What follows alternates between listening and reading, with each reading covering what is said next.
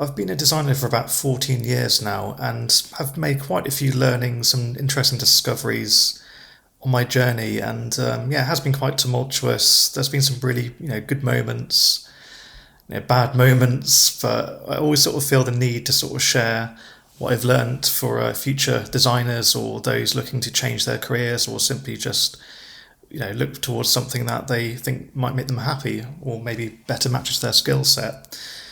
So basically, from the background that I came from, being a particularly lower class background, living in the UK, the expectations growing up that the work that you do would ultimately be within a certain selection of, I would say career paths, but more descriptively a job of sorts. And by a job, I would mean people tend to sort of form this association that work is just work, that you should just work to earn money ultimately, just to get it done. And the idea of simply working, earning money, and being happy whilst you do it was this bizarre concept and, almost regarded as not real work, which was just a bizarre thing, at an early age to be presented with that, ultimately people should wish you the best, in terms of finding your career path and all that. But should you do anything that's beyond that expectation, it's seen as a bit of a no-no, but never always outwardly said. Sometimes it is outwardly said, but still, regardless, seeing that the life that my parents lived before me, I didn't want to kind of grow up a miserable old man, kind of regretful of my choices, never quite finding my path. So from an early age, I knew that I loved being creative. I loved using my mind the best that I can. I loved improving, tweaking, making the best of things. So naturally, a graphic designer role was, the one that I wanted to go for.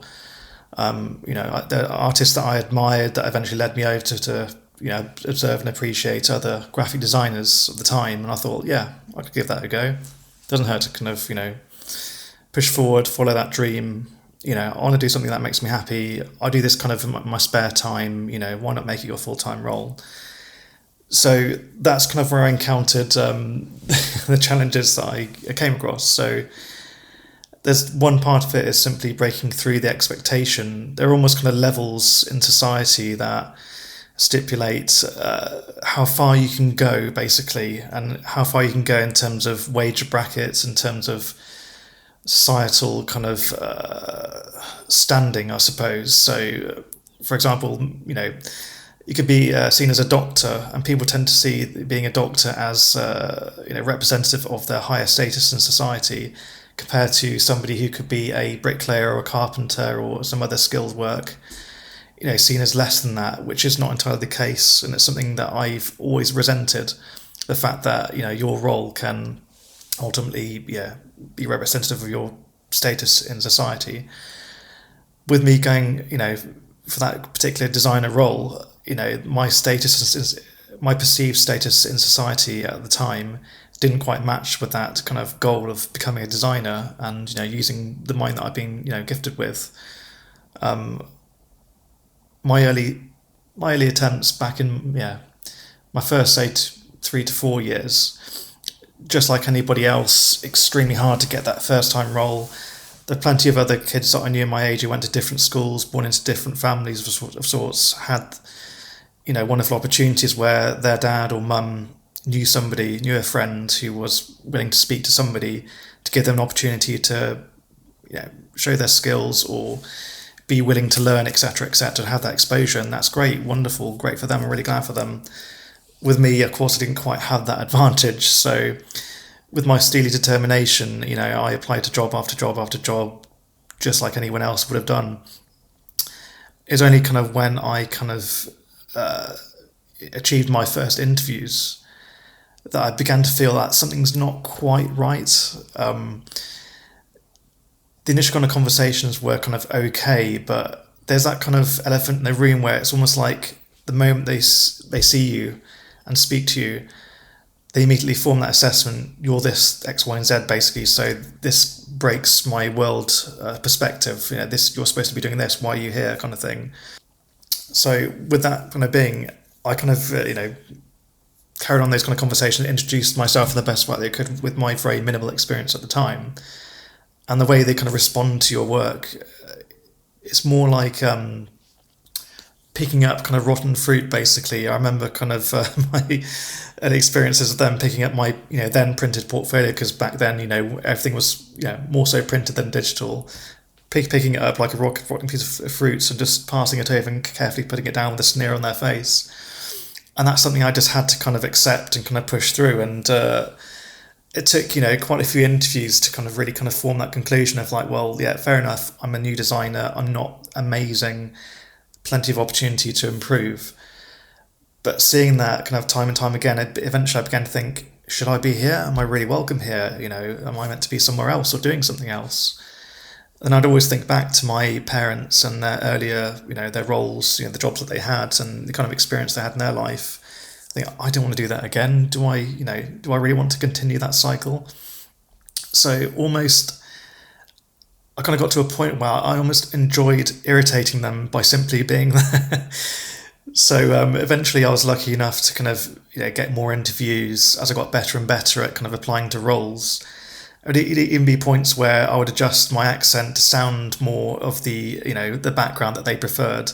Even now, I'm not really using my original accent. I'm still adjusting it to sound more acceptable. Otherwise, you may turn away, which is kind of sad, really, because I'm denying myself my truth.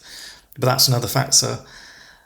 But yeah, as I kind of pushed through, basically, that kind of fueled me to get the role that the roles that I got eventually. And, eventually I got there. But even my initial first few years, they kind of knew where I was from. It was kind of like, yeah, we need you here to help us, but we don't really want to admit that, really. So, there'll be little things they would do just to wind me up or remind me of my place. For example, asking me to look for files that didn't exist, deliberately kind of giving me kind of skewiff kind of instructions, with me obviously ultimately concluding in, well, I'm sorry, I can't find that particular thing. Can you just give me some more information? And they'd magically there and then say, oh, I just magically found it. It's here.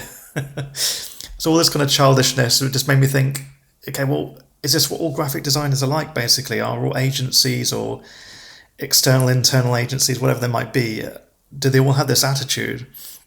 And obviously, later on I discovered that's not the case whatsoever.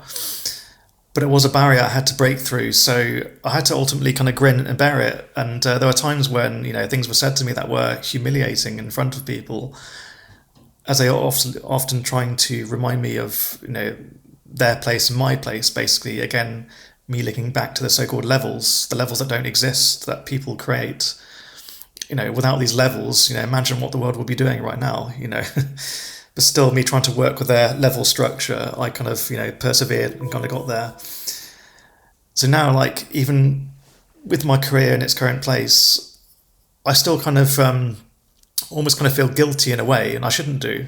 Because I feel like in a way I've kind of broken something, I've broken a barrier of some sort, and maybe I'm kind of treading in an area I shouldn't be, or I should almost apologise for. So it's one of those points, I suppose I reached one of those points recently where it's almost a sorry, not sorry. Because I've worked extremely hard to get to where I am. I've spent many years training, obsessing about my skill set, about increasing, and now, I have this tremendous love for learning and sharing that knowledge, and ultimately it's kind of led to me to maybe start making these videos and share my learnings, And this is, I suppose the first part of my message is ultimately understanding that there are no levels. They don't exist. It doesn't matter what background you come from, as long as you have the mind and the willingness to learn and improve, as long as you have, a good positive attitude of, okay, take criticism on the chin, it's fine, it's nothing personal. When it's about your work, when it's about you, obviously it's personal, and and it doesn't need to be in the workplace. But ultimately, I speak to the work, basically. I speak to the people that,